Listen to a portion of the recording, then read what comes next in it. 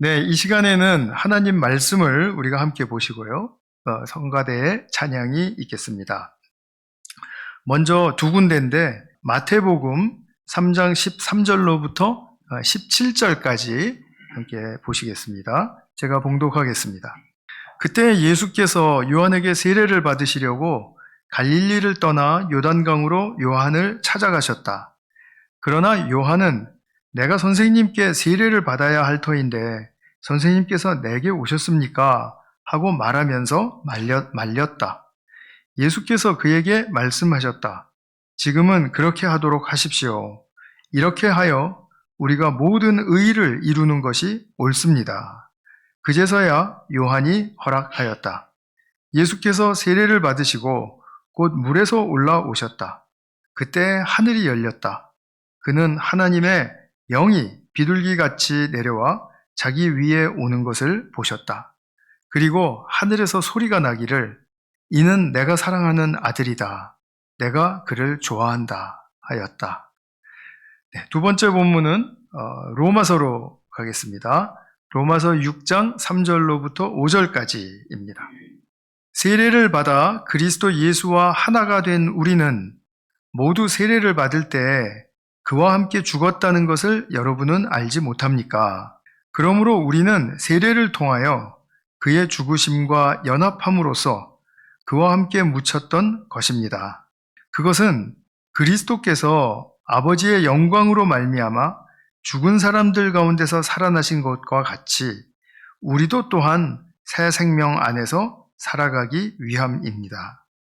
우리가 그의 죽으심과 같은 죽음을 죽어서 그와 연합하는 사람이 되었으면 우리는 부활에 있어서도 또한 그와 연합하는 사람이 될 것입니다. 아멘. 제가 말씀을 위해서 잠시 기도하겠습니다. 사랑하는 아버지 하나님, 저희들 오늘 또 함께 모여서 예배하는 중에 주님의 말씀을 펼쳤습니다. 이 펼친 말씀 속에서 우리 각자에게 주시는 주님의 음성 듣기를 사모하는 마음으로 주님께 나아갈 수 있기를 간절히 소망합니다. 사랑하는 주님, 우리 성도님들에게 하나님 말씀의 축복을 입혀 주시옵소서. 우리 구주 예수님의 이름으로 기도했습니다. 아멘. 네, 오늘은 함께 죽고 함께 살아서라는 그런 제목을 가지고 말씀을 전하려고 합니다. 지난주에 드렸던 말씀과 연결이 되고 또 오늘 말씀은 또 다음 주에 침례식에서 드릴 말씀과도 이제 연결이 되니까 3주간의 설교가 이제 같이 한 그런 흐름을 가지고 있다 이렇게 생각하시면 좋을 것 같습니다. 지난주에는 침례 요한이 이제 사람들에게 침례를 주는 그런 사역 속에 예수님께서 오셔서 침례를 받겠다라고 하시는 이제 그 이야기를 우리가 알았는데 오늘은 예수님이 침례 요한에게 받으시는 그 침례의 의미를 마태복음 본문을 통해서 한번 살펴보도록 하고요. 또 우리가 받는 침례, 그것은 또 무엇을 의미하는지 로마서 본문을 통해서 한번 살펴보도록 하겠습니다. 오늘 성경 말씀 속에는 세례라고 나와 있는데 세례와 침례는 동일한 말인데요. 우리는 이제 침례교회니까 침례라는 말을 제가 사용하는 것을 이해해 주시기 바랍니다. 침례를 주는 의식은 이제 기원이 그렇게 정확하진 않습니다.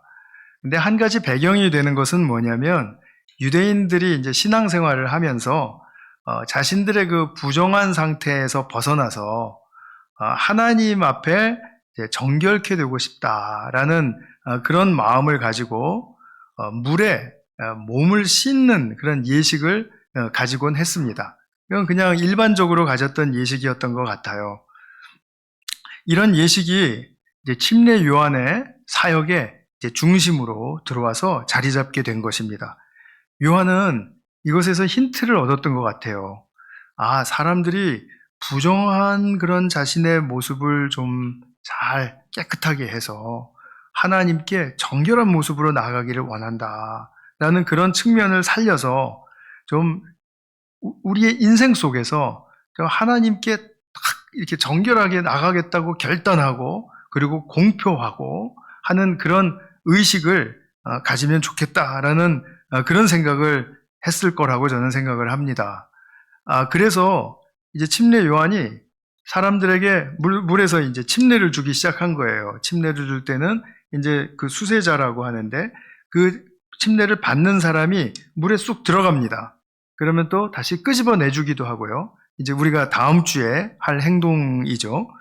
근데 이 물에 집어넣었다가 빼는 이런 의식을 통해서 사람들이 정말 하나님께 나아가겠다라고 결단하는 그런 인생에 좀 획을 긋는 경험을 하면은 좀 신앙에 도움이 되겠다라고 생각을 하고 그 일을 이제 하기 시작했던 것 같습니다. 그런데 이 일에 성령의 도우심이 있었습니다. 그래서 많은 사람들이 침례요한에게 와서 이제 침례를 받기 시작했던 것이죠. 그러니까 침례를 받는 사람들은 나는 부정합니다. 그러나 이제는 신앙 안에서 정결하게 되기를 원합니다. 지금 이렇게 고백을 가지고 있었던 건데, 그런데 예수님이 침례 요한에게 오셔서 내가 당신에게 침례를 좀 받겠다라고 말씀을 하시는 거예요. 그러니까 요한이 얼마나 당황스러웠을까요? 지금 예수님이 분명히 메시아이신 것을 알고 그리고 선포하고 증거했던 사람이잖아요. 침례 요한만큼은 그 당대에서 예수님이 메시아이심을 누구보다도 확신하고 있었던 사람입니다. 그런데 그 죄에서 구원하여 주실 메시아가 죄인들이 받는, 부정한 사람들이 와서 받는 침례를 받겠다고 하니까 이게 좀 아닌 것 같은데? 하는 생각이 당연히 들었겠죠. 그래서 왜 선생님이 나에게 침례를 받으려고 하십니까? 하고 예수님께 말씀을 드렸습니다. 그랬더니 예수님께서 요한에게 이제 설득을 하셨어요. 어떻게 설득을 하셨냐면 내가 이렇게 하는 것이 하나님의 모든 의를 이루는 것입니다. 이렇게 함으로써 하나님의 의를 이루어 드리는 것이 옳은 일입니다. 라고 이렇게 말을 해주었더니 침례 요한이 대번 알아듣고 이제 그 말렸던 자기 행동을 멈추고 예수님께 침례를 드렸습니다. 그래서 오늘 이 예수님이 모든 의를 이루시기 위해서 받으시는 이 침례, 그것이 도대체 의미가 뭔가, 그것을 우리가 좀 살펴야 할 것 같아요. 그리고 난 다음에 이제 우리가 받는 침례의 의미와 예수님이 받으신 침례의 의미를 같이 연결해서 제가 설명을 드리도록 하겠습니다. 이제 복음의 굉장히 그 중심에, 정중앙에 있는 내용입니다. 그런데 기독교 신앙은 기본이 제일 어렵습니다. 그거 아시죠? 제일 안 믿어지기도 하고요. 믿는다고 생각했는데 곰곰이 생각해 보면은 갑자기 애매해지기도 하고요.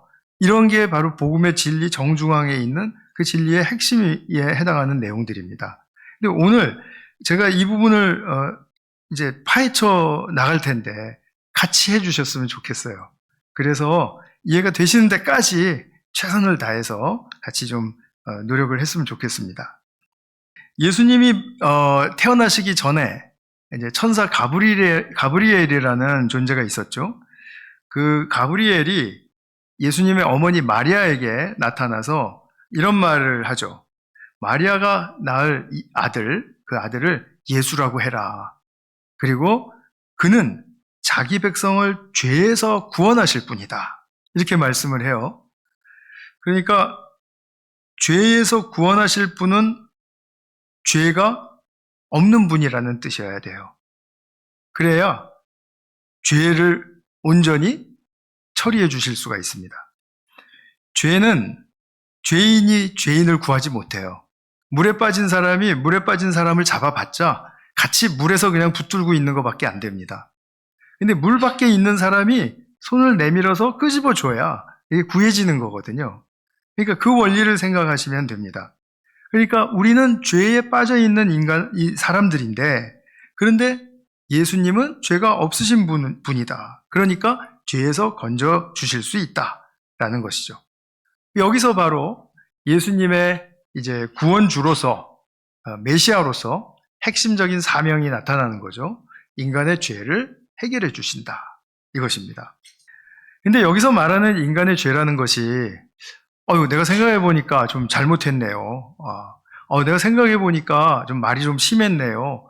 라는 그런 외형적인 차원에서 뿐만이 아니고 더 깊이 들어가서 본인도 잘 알 수 없는 그런 내면 깊이 스며든 하나님과 어긋난 그런 나의 말과 행동과 생각과 동기와 이런 것들까지도 포괄적으로 다 포함을 합니다. 인간의 죄라는 것은 굉장히 포괄적인 그런 영역을 의미합니다. 어떤 한 가지 행동, 몇 가지 행동, 그것만 처리하면 나는 이제 죄에서 해방됐다, 이렇게 말할 수 없는 그런 현실을 우리가 잘 보실 수 있으면 좋겠습니다. 이런 수준에서 죄는 인간 누가 내가 죄가 없다라고 말할 수 있겠습니까? 어느 누가 나는 이 죄를 피해갈 수 있다라고 말을 할 수가 있겠습니까? 그렇죠? 근데 이런 인간의 죄의 상태, 깊은 내면에 스미고 또 굉장히 뭔가 존재를 장악하고 있는 이 죄의 상태를 제3자이신 예수님이 어떻게 해결해 주시겠다라는 거죠? 굉장히 좋은 질문이죠. 예수님이 만나시는 사람마다 앞으로는 죄를 안 짓게 될 거야. 그러면 우리가 죄를 안 짓게 되나요? 이런 일은 성경에 나오지도 않고, 그리고 예수님이 하신 일도 당연히 아니죠. 우리가 죄를 해결한다라는 문제는 정말 이거는 생각하면 생각할수록 너무 오묘해요. 그리고 막연해요. 그래서 죄를 어떻게 이걸 해결하지? 죄의 실체를 조금이라도 들여다봤다면 그럼 이 죄를 어떻게 안 짓게 되지? 이 죄가 어떻게 나에게 영향을 안 끼치게 만들지? 하는 그런 문제에 있어서 해답을 가지고 있는 그런 사람이 과연 있을까 하는 것을 되묻게 됩니다. 물론 다른 종교들에서도 죄를 해결하는 방법을 제시를 하고 이렇게 합니다만, 인간의 죄를 해결해 주시는 예수님의 방식은 그야말로 유일합니다. 이거는 유일하다라는 말씀은 인간이 상상할 수 없는 차원의 것을 끌어들여서 그것을 사용하신다라는 겁니다. 그것이 뭔지 좀 말씀을 드리려고 하는 거예요. 죄사함을 위해서 죄 없으신 예수님이 무엇을 하셨는가, 무엇을 하시려고 하는가는 먼저 모든 인간과 연대하시는 겁니다. 연합하시는 겁니다. 오늘 로마서 본문에도 연합이라는 말이 좀 나왔죠. 연합, 하나 된다라는 뜻입니다. 즉 다시 말하면 죄를 뉘우치면서 고백하는 사람들이 침례를 받는데, 그 침례를 예수님이 그 자리에 들어가셔서 받으신다라는 말은 나는 이 죄인들과 같은 자리에 서겠습니다 라는 뜻이라는 겁니다. 그리고 나는 그들과 한편이다. 그러니까 한편이라고 말씀하시면서 나는 그들의 죄를 뒤집어 써도 좋다 라는 그런 의미까지도 표현해요. 굉장히 레디컬하죠. 예수님의 의미는 이것입니다. 예수님이 죄인들이 받는 침례의 그 물속으로 들어가시는 이유는 그 물속에서 죄인들이 고백하며 씻겨지기를 원하는 그 죄의 문제를 거기서 끌어안고 당신에게 뒤집어 쓰시겠다라는 그런 의미라는 것을 제가 재차 말씀을 드립니다. 그러니까 예수님의 침례는 죄 지은 것에서 정결하게 되는, 그러니까 부정함에서 정결로 가는 그런 과정이 아니라 오히려 정결하신 분이 인간의 죄를 뒤집어 쓰시는, 이거를 조금 좀 고급적으로 표현하면 모든 죄를 전가 받으시는, 트랜스퍼 받으시는 이런 뜻이거든요. 그러니까 인간의 죄를 전가 받으시는 과정으로서 예수님은 이 침례를 받으셨다라는 것이죠. 지난 주일 말씀 요한복음 1장 29절에서 우리는 보았죠. 자, 보라. 침례 요한이 이렇게 말하죠. 보라. 예수님을 보고 세상 죄를 지고 가는 하나님의 어린 양이다. 세상 죄를 지고 가는 이라는 표현을 썼죠. 지금 침례 요한은 예수님이 자신에게 침례를 받으면서 어떠한 상태에 있는지를 본 것입니다. 가장 먼저 본 사람일 가능성이 크죠. 예수님이 침례를 받으시고 나오시는데, 아, 세상 죄를 지셨구나, 이분이. 이것을 알게 된 거예요. 자, 그러면 예수님의 침례는 여기서 구원주로서 굉장히 중요한 의미를 갖죠. 바로 죄사함에 죄를 해결해 주시는 과정에서 첫 번째 시작으로서 인간의 죄를 뒤집어 쓰시는, 전가받는 그런 공식적인 공표였다라는 것을 우리가 기억할 수 있습니다. 그러니까 예수님은 이러신 겁니다. 내가 침례를 받음으로써 인간의 죄를 뒤집어 쓰고, 그리고 나는 이 죄에 대한 대가를 내가 받아도 좋다 라는 그런 의미에서 하나님의 모든 의를 이루신다 라는 것입니다. 하나님의 의를 이루신다라는 말씀은 하나님이 예비하시고 그리고 약속하셨던 그 뜻을 이루어 드리는 것을 말해요. 모든 의를 이룬다. 그것은 하나님의 뜻을 이루어 드린다. 이루어 드리는데 내가 기여한다. 공헌한다. 라는 그런 의미라는 거예요. 자, 그러면 하나님께서 이 세상 사람들이 타락한 그런 상태에 있는 것을 보시고 구원받기를 원하셨습니다. 구원받게 하기 위해서 예수님을 보내시고 침례받는 그 자리에 예수님도 따라서 침례를 받게 하시고 인간의 죄를 전가받아서 이제는 그 죄를 뒤집어 쓴 예수님이 이제는 희생의 제물로서 십자가에 드려지는 바로 그런 측면을 통해서 하나님의 의를 이루신다. 하나님이 예비하신 구원의 뜻을 이루신다라는 그런 말로 우리가 드릴 수가 있습니다.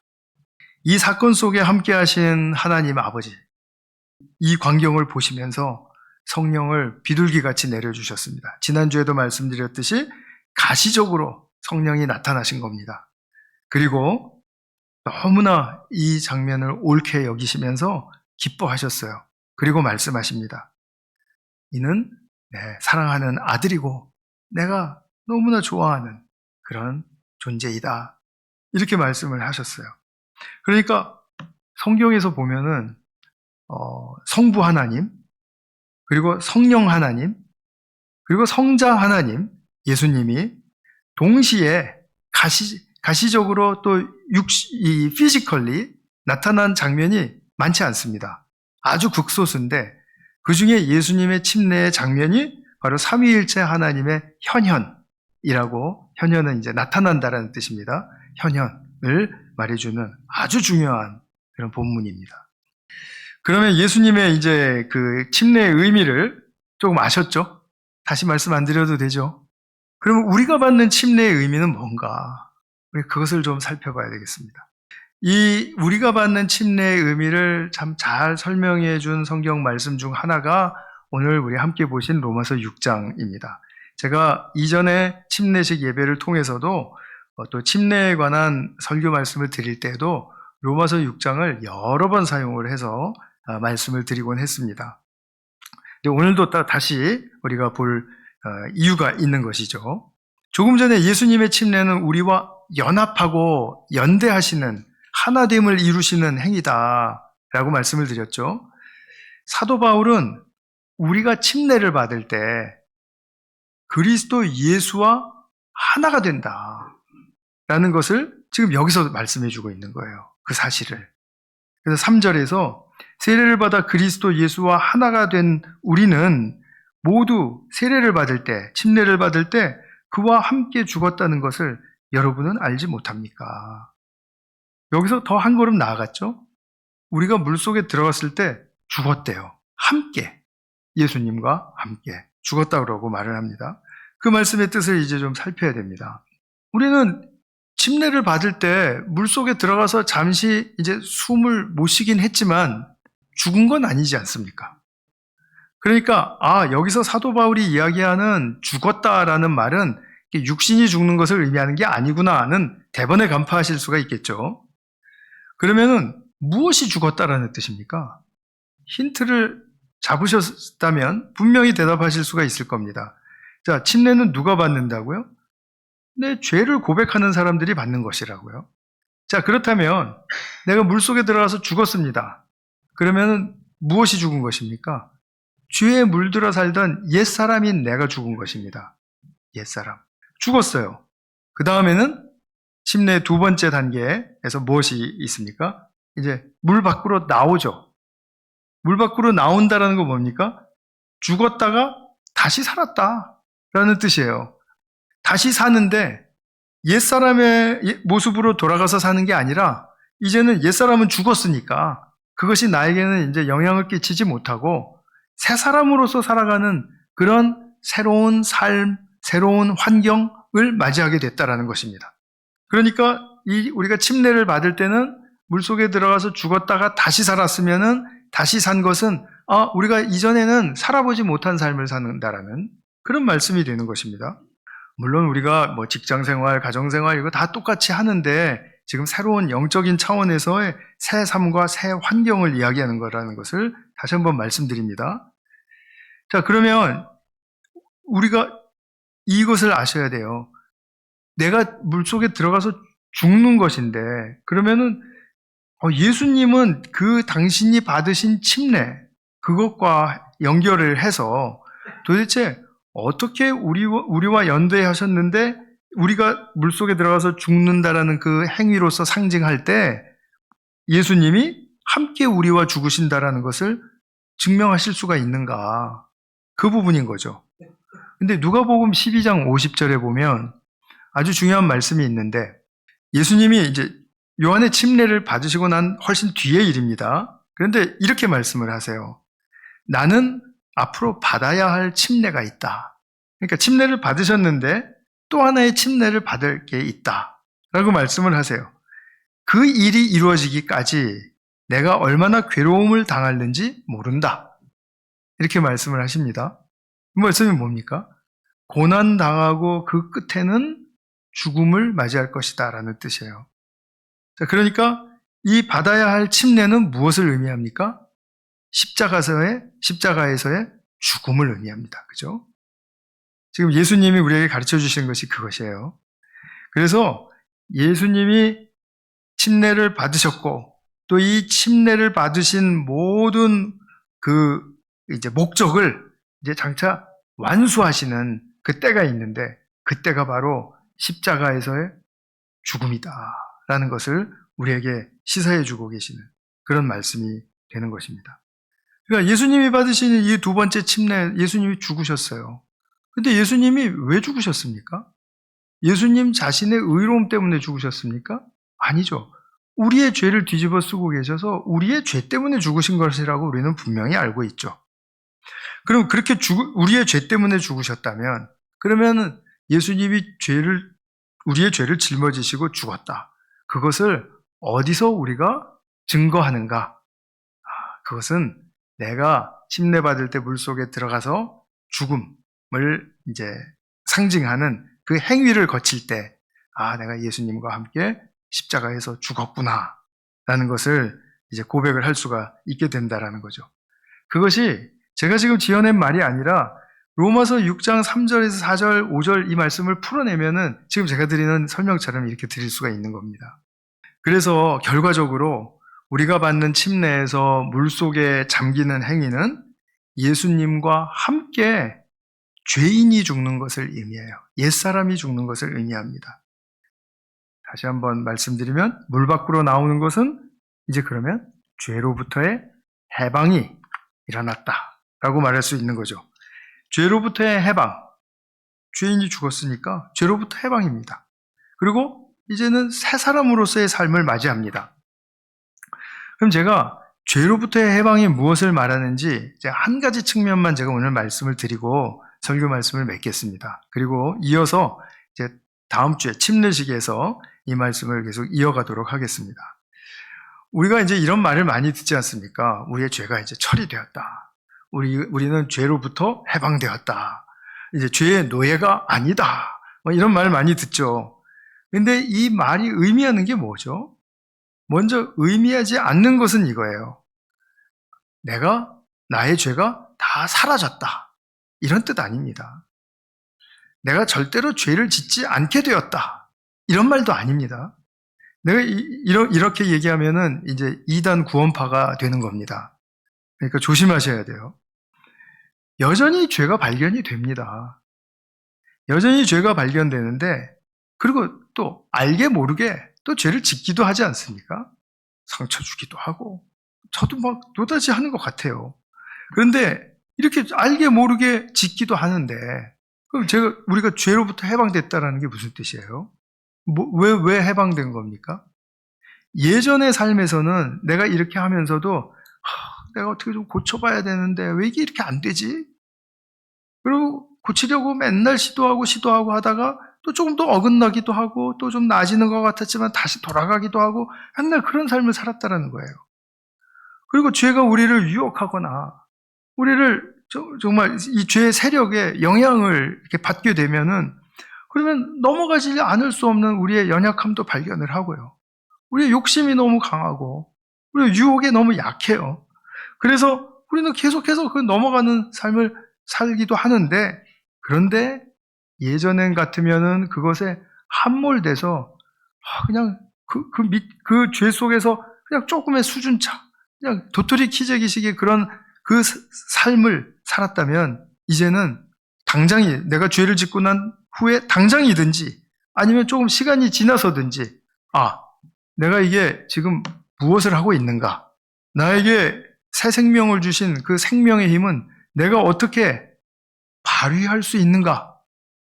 그것을 생각하고 묻게 되겠죠. 주님께 그것을 여쭙게 되는 것입니다. 간구하게 되고요. 그러면 주님께서 이 죄는 이제는 너에게서는 끊긴 것이어서 이제 네가 하나님이 주신 새로운 생명으로 막을 수 있어. 막을 수 있기 때문에 그것을 한번 시도해봐. 라는 그 도전을 주시는 거예요. 그러면 내가 죄에 자꾸 빠졌다가 그러시겠습니까? 새 생명으로 한번 이겨보겠습니다. 근데 또 실패해요. 그럴 수 있습니다. 그러면 또 하나님께 여쭤요. 또 실패했는데요. 그러면 아니야, 계속 해보는 거야. 하는 거야. 그래서 또 용기를 내서 또 생명으로, 새 생명의 힘으로 또 훈련을 해요. 그렇게 몇 달, 1년, 2년, 5년, 10년 이렇게 해나가는 훈련의 삶. 그러다 보면 될 때가 있다라는 것입니다. 혹시 그거 아십니까? 그 태권도 유단자들이 이제 단이 높아지잖아요. 여기 유단자 계시는데 제가 또 주름 잡는 또 이야기를 하게 됐습니다만. 근데 한 3단, 4단 정도 되면은 이제 540도 회전차기라는 거를 이제 시도를 하는데, 이거는 시합할 때는 안 쓰고 데몬스트레이션용으로 쓴대요. 맞나요, 고 집사님? 무언의 응답을. 근데 이게 처음부터 되겠습니까? 540도면 한 바퀴, 공중에서 한 바퀴 반을 돌아야 됩니다. 한 바퀴 반. 그러면 모든 몸의 이 요소들이 거기에 적합하게 잘 훈련이 돼야 돼요. 근데 이게 처음부터 안 되죠, 당연히. 그러니까 이제 그거를 또 따로 훈련하는 캠프 같은 게 있나 봐요. 그래서 오래되셨지만 우리 유학생으로 우리 교회 많이 섬겨주셨던 김성중 목사님이 태권도 4단이신데 그분이 그런 말씀을 하세요. 그래서 그 캠프를 들어갔대요. 3박 4일인가 4박 5일 동안 하여튼 540도 회전차기를 성공하고 나오는 게 그게 목표예요. 처음에는 그게 안 되더라는 거죠, 당연히. 그런데 하루, 이틀, 3일 자기가 무엇이 약한가, 무엇을 이걸 해야 되는가, 무엇을 더 다듬어야 되는가 이런 것들을 하면서 결국은 캠프에 들어간 사람들 대부분이 딱 완성을 하고 성취하고 나온다는 겁니다. 근데 그렇게 하기 위해서는 기초가 있어야 되지 않습니까? 우리 같은 사람이 캠프 들어간다고 무조건 다 되는 건 아니잖아요. 적어도 1단, 2단 이 정도는 돼야 그래도 되는 거 아닙니까? 우리가 죄와 싸워서 이긴다라는 것이 이와 같은 것입니다. 죄와 싸워서 이길 수 없는 사람들은 일단 생명을 받지 못한 사람들이에요. 예수님의 생명을 모르는 사람들은 이게 계속해서 자기의 선은 이룰 수 있어요. 남들이 칭송할 수 있는 그런 뭔가 자랑거리는 당연히 만들 수 있어요. 그런데 이것이 아까도 말씀드린 것처럼 죄의 포괄적인 측면을 다 품고 그리고 이 죄와 싸운다라는 그런 측면에서 하나님의 새 생명 없이는 불가능하다는 사실을 우리는 알게 됩니다. 그리고 우리는 계속해서 540도 회전차기 연습하듯이 그렇게 연습하는 사람들인 것입니다. 그러면 이렇게 새해 힘을 주시는 그 구체적인 그 힘은 무엇입니까? 그것은 내가 죄를 지었어도 정죄하시지 않고 나를 여전히 사랑하시는 내 편에 서신 예수님의 사랑의 힘입니다. 그것이 없으면 우리는 일어설 수가 없다라는 것입니다. 예수님은 우리가 심하게 잘못했을지라도 그것을 정죄하지 않으시고 나를 여전히 품어주시고 너 할 수 있어. 또 더 나은 삶을 살 수 있어. 새로운 인생으로 들어갈 수 있어. 이렇게 격려해 주시고 그것을 도와주시는 분이라는 거죠. 그 도와주시는 힘이 예수님의 사랑입니다. 이 사랑으로 우리는 정말 생명을 거는 거죠. 그리고 내가 죄를 발견할 때마다 그 죄와 싸우는 것이죠. 치열하게 싸우는 것입니다. 그래서 우리는 이것이 우리에게 삶에 어떤 면에서 보면 방식화되는 것이, 의식화되는 것이 굉장히 중요합니다. 그냥 가끔 한번 해본다. 그것도 뭐 안 하는 것보다는 당연히 낫겠죠. 그러나 항상 어느 자리에서 내가 말하고 싶은 유혹이 있었는데 지금 저 사람이 먼저 말을 하고 싶어 하는구나. 저 사람 말부터 먼저 들어볼까? 그리고 나의 말을 죽여버리는 것. 이거는 사실 쉽게 되지 않습니다. 우리 모여서 말하다 보면 알 수 있지 않습니까? 내가 말하고 싶으면 빨리 말해야 버려야 되잖아요. 근데 그게 아니라 그런 부분에서부터 누가 나한테 뭐라고 좀 섭섭한 말을 하면 그러면은 당연히 섭섭한 거는 인지상정이죠. 그러나 이 섭섭한 마음을 나는 어떻게 해야 되나 다시 보복하려고 하는 그런 마음으로 내가 대들어야 하나 아니면 저 사람을 몰래 저 사람도 모르게 몰래 한번 내가 골탕을 먹이는 방법을 내가 사용해야 되나. 제가 그렇다라는 건 아니고요. 그러니까 그렇게 해야 되나 하는 그런 생각을 하는 대신에 그런데 에너지를 소모하는 대신에 주님 제가 지금 여기서 어떻게 해야 되는 거죠? 하고 묻고 주님이 말씀해 주시면 주님의 사랑의 힘을 더해 주시면 자, 그 사람을 미워하거나 아니면 거부하거나 아니면 멀리하는 게 아니라 인사라도 따뜻하게 한 번 더 하고 그렇게 하면서 다가서는 거죠. 자, 그렇게 하는 것이 우리에게 왜 필요한가? 그것은 각자가 그 일을 성취해낼 때마다 발견하는 기쁨입니다. 이것을 많이 발견하고 많이 경험하는 사람일수록 이 훈련에는 정말 가치가 있다. 이건 정말 중요한 훈련이구나. 이게 내 인생을 정말 나의 인생답게 만들어주는 길이로구나. 그것을 고백하게 되고 하나님 안에서 내 인생의 길을 걸어간다는 것이 바로 이런 모습이로구나 하고 우리가 하나님께 감사하고 찬양할 수 있는 거죠. 비록 내가 환경 속에서는 좀 따돌림도 당하고 또 무시도 당하고 그럴 수 있다 하더라도 하나님과의 관계 속에서는 그것이 진짜 나의 생명의 힘이 되는 것이라는 그런 말씀을 드리고 싶은 것입니다. 우리가 남은 여생을 새롭게 지어가시는 예수님의 사랑, 이 사랑을 더욱 신뢰하고 의지한다는 게 무엇인가? 그것이 바로 내가 새 사람으로서 태어나서 새 사람답게 성장해가는 그런 모습입니다. 이것은 우리가 인생 다하는 날까지 계속 이어집니다. 그래서 이거는 내 인생의 어느 순간에 나는 완수했다 이런 사람은 없습니다. 계속해서 이 인생의 이런 방식의 길을 보람되게 여기고 감사하게 여기고 이렇게 사는 것이 옳다라는 것을 우리가 계속 고백하고 주님께 찬양하면서 우리가 살아가는 거죠. 그래서 이 부분에 대해서 제가 다음 주일 침례식 설교에서 계속 이어가도록 하겠습니다. 오늘 우리가 예수님이 요한에게서 받으신 침례와 또 십자가에서의 죽으심을 의미하는 침례, 이 침례를 하나로 잘 이해하실 수 있기를 바라고요. 또 그러기 위해서는 묵상을 많이 하셔야 될 겁니다. 그것이 바로 타락한 우리 인간의 죄와 또 이 죄를 해결해 주시고자 하는 그 주님의 거룩한 행위였다라는 사실을 꼭 기억해 주시기 바랍니다.